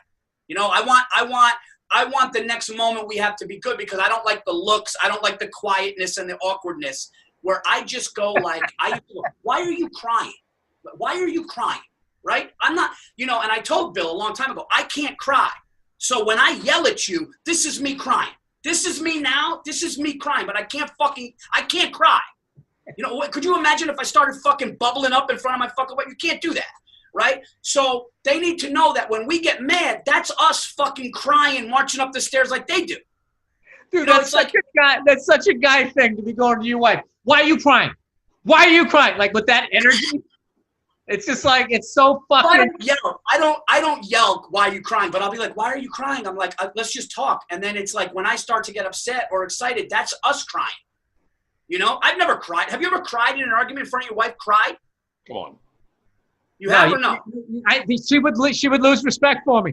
Yeah. She would be, first of all, would be so fucking weirded out. It would be something like Sal should do on Impractical Jokers. They would be so fucking. It was that time when we went to Canada. We were playing that game. He gets emotional. I was playing this thing. We go in to get a dinner, and when the waiter would come up, it's like, my friend, he's 90% there, but he gets a little emotional, and then he'd be, oh, okay, and then Paul would go to order, and he'd just be like, No, dude, we had that guy from, and it was just weird. A guy crying is like one of those. Remember, Bill, when Bill was always great, because he was like, he would let me do it, and because we were on the road for 20 days, and I go, dude, I'm going to start crying when the waiter comes, and Bill, like a fucking pro actor that he is, this fucking guy, he was from Taiwan, and I go, he brought me water, and I go, I just got to, it's like, nobody gave me water, and I just started fucking crying, and dude, Bill just goes, I'm sorry, dude, he gets emotional. I go, nobody's ever given me water, man. Like, dude, the guy got freaked the fuck out. The guy just was looking at me like, what the fuck? Like, but it entertained us. But dude, you're right. Sex is over with your wife if you're like, I just want to go to Mike's house. Like, you just start fucking crying. I can't imagine I remember trying to go vegetarian for a period, and my wife lost her shit. She's like, I don't live with a prey animal. What's a prey animal? Is a fucking cow. Something that doesn't. I see. A fucking predator. If I started crying in front of my wife, ugh. I cry at movies, and like I'll cry like at a movie, a sports movie, Time Traveler's Wife. If something like sad happens, but in a fight, if I just was like, I don't have the words to express these thoughts, so I'm gonna just do this, and hopefully this will get me out of it.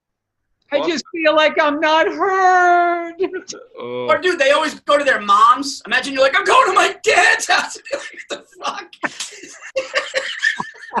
I'm going to my dad's. I'll talk to you later. Like, what the fuck? I love my wife when she cries. She looks so sexy when she cries. I mean, that's a whole other issue there, buddy. That just got weird.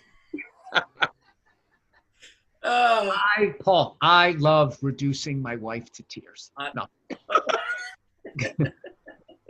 I hate when my wife cries. When my wife cries, I don't care if I'm arguing the spelling of my name, and I know the fight's over.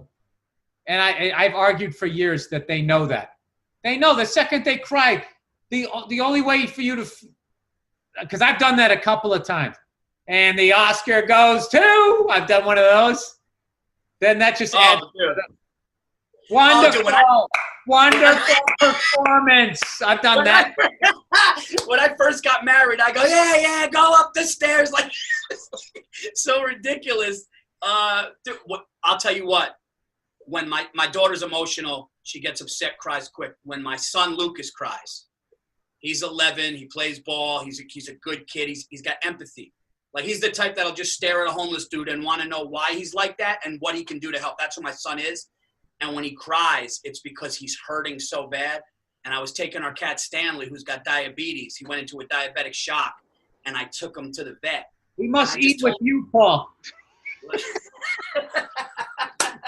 I bet he's got an ulcerated esophagus and fucking stomach, too. You got to quit hanging with that cat. Yeah, dude, don't scare me. Anyways. I'm kidding. Jesus Christ, I'm kidding. I made me thinking, what about what I just did here? Yeah. No, dude. And I told the kids, I go, kiss Stanley. And I said, he should be okay, but and my son, dude, looked at the cat and just he went up to him crying. And he just patted his head and kissed him and turned around and just walked towards his room. And I fucking told the lady, dude, I'm keeping him alive. I told the fucking lady there, she goes, listen, if we lose the cat in the middle of the night, you want to resuscitate, it's $400. I want to be like, bitch, I'll kill you for the fucking cat. Yeah, resuscitate. I don't give a fuck what it costs.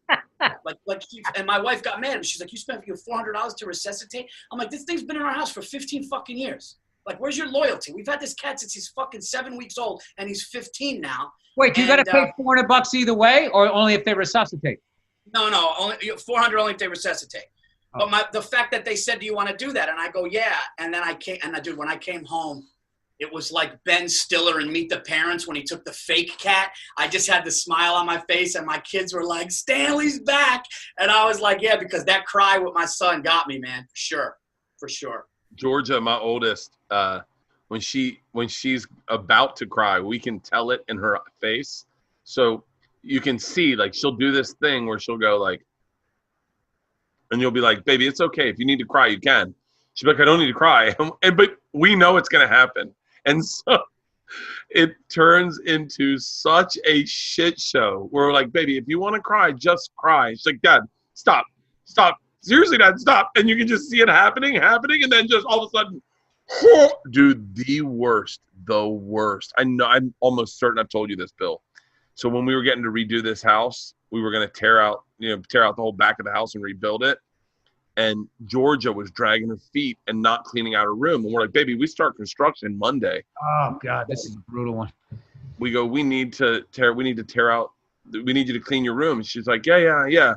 And then so she goes in her room, and my wife's like, God damn it, she's not doing anything. Go talk to her. So I go sit on her bed, and I go, baby, we got it. And she just looks at me bawling, and she goes, Daddy, once this room is gone, my childhood is gone. All my memories happened in this room. And she's crying. And I go, huh? And then she looks at me and she goes, I love you so much, Daddy. I love you so much. I love being your little girl. And then she looks at me and she goes, you can cry if you need to, Daddy. And I'm like, just me and her staring at each other, sobbing, crying. I walked out. I go, fuck this construction. We're not tearing down anything. I need this room. Are you serious? Oh, that's fucking awesome, dude. Oh, my God. That's fucking awesome. Dude, if my daughter said, Daddy, you could cry, I might go. Yeah. That's a tough one, dude. Dude, I'm not afraid to cry. I don't give a fuck. A cry feels good, right? Hey, dude, cry, I cried on Opie. Remember when Opie had his show? Go back to that, please. Dude, I'm not afraid to cry. I'll fucking cry right now. And he goes, a cry feels good, right? I love when you asked us. Right, you guys? It's okay. There's nothing wrong with me. I cried. Opie, when Opie had his show, when it was just Opie, Opie's brain, I'm not shitting on Opie, but I've listened to him enough where I can be very honest. Opie's brain was very shock jockery. So like anything crazy, wow, that's Opie's style, right? So we're talking about crying. And I said, yeah, if I watch the end of Time Traveler's Wife, I cry. And, Opie's like, hey, someone pull it up. Let's get it up there. Let's see what it looks like. Being a showman. Yeah. And so I'm like, hey, I go, Opie, it's not going to be as funny as you think it is. And he goes, no, man, I'd love to see you cry. Let's watch it. So you can find this video online. They start playing the Time Traveler's Wife, and I start sobbing, crying, and they couldn't make eye contact with me. It was so uncomfortable. for Paul, and Opie's like, just fucking turn it off. This is not what I thought it would be. Yeah, dude, I can't believe you were still able to. What everybody's staring at you. Oh, as a stand-up comedian who travels for a living, and if you party hard, if you watch The End of Time Traveler's Wife, you watch that movie and you watch The End of Time Traveler's Wife, as a comedian, you will connect so much with that, especially as a father, that I dare you not to watch. I almost dare you not to cry. Like, it's impossible. It connects so much with our lives. I mean, you're lucky, Bill, because I think you can kind of dictate your schedule now, but Paul and I, as young fathers, were forced on the road. It wasn't our choice. It was like, me, that was really exclusive, the way you just said that, and I feel like there's some ageism thing going on there. I meant when we were young, not young age-wise, but when we were young fathers. You're still a young father, but when we were when we were fathers, when it started, we didn't get to pick our schedules. If the road was open, we went on the road. And so there was a lot of times where you're like, fuck, I've been on the road for like 5 weeks in a row, but I don't know that work's coming up. So you were forced to leave a lot. And so when you watch The Time Traveler's Wife, I just do. When he comes out of the woods, I am sobbing because I go, yeah, I feel like I missed my kid's childhood. I definitely feel like I missed my kid's childhood because I was working. But fuck it. Yeah. I don't have any problems with it. I'm really cool with it. Speaking of that, I think we're up against it here, and I gotta get in and help my wife with the little man here. You're such a good dad, Bill. It fucking bothers me. Why? What do you know about me? So you're always there for like getting up for naps. Like every time I think of like, you really enjoy being a dad. I don't think I got the opportunity to enjoy it when I was younger. Well, because because the other side of what you guys were doing was going on the road and missing your family. I was laying awake at night going, Jesus Christ, doing the math. If I have a kid now and he graduates high school, I'm going to be this age. Next year was this age. Am I ever going to figure this out? What the fuck is wrong with me? I'm 20 years behind everybody else. So now that I get the opportunity, I'm going to make the most of it. And plus I love it too. Yeah. I do love it. I've done enough fucking stand-up. I've done enough friggin' shows. Here's what I learned. Never stay at Bill Burr's house for a fucking weekend because you're going to feel less of a father and a fucking... Dude, I stayed at... Me and my wife go out there for New Year's Eve. We did the fucking Orpheum out there New Year's Eve. Me and Stacy, they put us up, a great room. It was a great time. This fucking guy's up at 8:30. I hear fucking pots being scrubbed, and he's fucking asking what people want for breakfast. Stacy literally sat up at 8:30. Now, Bert, you don't know me like Bill does. I sleep. Sleep is I'm a sleeper. Oh, sleep. And I was like, at least wake up, 11, 12. You fucking 11, 12. When we went on the tour bus, they would laugh when I got up. I need to sleep. My wife sat up and she goes, you should go in there and help him. And I go, it's 8:30. And she's like, he's clean. He's doing dishes right now. And he's making breakfast. We need to go to where she got up. I want to be like, Bill, can you tone this fucking down a little bit? Yes. Why the fuck would you do the dishes when you're a guest? I'll tell you what I did do. I know Paul likes an over medium egg. So yeah, I like over easy, but I made myself an over medium egg for like the week leading up. So I had it down. Wait, do you like over medium? Over medium now? Over medium is difficult. Over hard, over easy is easy. Over medium to get it where, it's got a little bit of consistency and then also oozes out. It's the tough. You got to care, Bill. You got to care. You got to want it. I go straight sunny side up, guys. That's lately. Sunny side up. I get nervous with that. The rawness looking at the top. Dude, I was in a Colorado bar one time, and the guy goes, want a red eye? I think it was called a red eye. And I go, what's that? And he goes, here. And he pours a beer, a little bit of Clamato juice, and cracked an egg in it. And he was like, let's kill it. And I was like, fuck it. And I murdered it. And I've never swallowed cum, but I can only imagine it's exactly – it was all in my throat for the rest of the day. I was like, it feels lubed up. Okay, and with that, we got to have you on more often, man. This was great. Oh, dude, man, I love hanging with you guys, dude. This is the best. Thanks for having me, too, man. We got some cool stuff coming up, too, that I wanted to announce. So back in the day, Bert, I'm a guy that likes to call shit. Okay, I'm a guy, I like to make predictions, but more than that, I like to be fucking right. Okay, Bill will never give me credit for this, and we've gotten into fights, and I know we have to go here, but a month into Robinson Cano's career, I looked at the kid, I watched it, I watched him for a month, I go, this kid just has it. I've called it, I said he's a fucking, now listen, I did call Mark Sanchez a star, I was wrong. I got that. Hey, don't do the Eminem thing now where you're going to call out all your bad calls so I got nothing to fucking refute. Go ahead. Okay.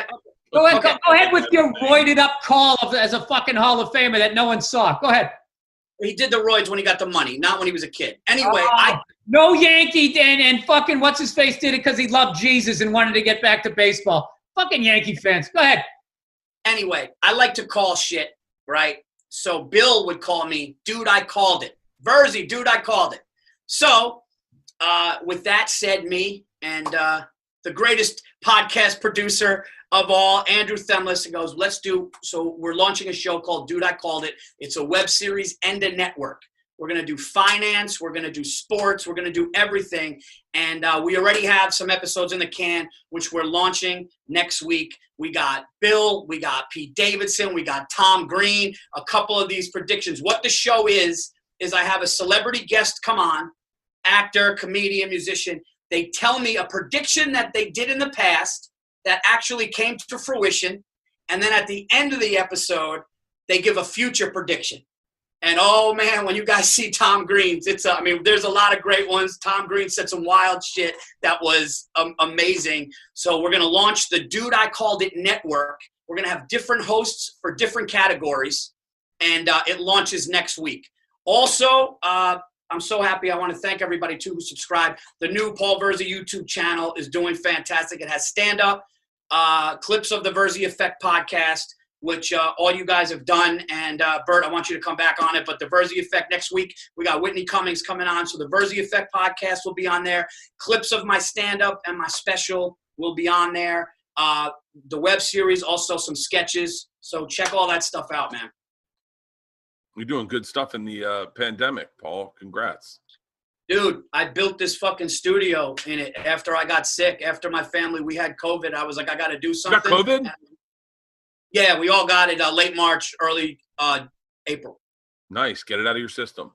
Still yeah, next. So bam. This room was a shitty, wall falling apart, everything. And I told Stacy, I was like, let's just do something with it. So I gutted it. I painted it, turned it into this. And, and I'll say this, which my dear friend Bill Bert attached his name to, also Pete Davidson. We got 7 million views during pandemic with like 5 or 6 different clips of my Comedy Central special. And we got the next one in the can. We're working on it. But all those clips are on the YouTube channel. And, dude, wait till you guys see Dude, I Called It with some of these calls. Bert, you got to come on and tell me a prediction that you did in the past and one for the future. I'm the fucking worst at that, Paul. I kicked out a guy in my band because he was too good of a guitarist, and he started Creed in college. I'm bad at calling shit.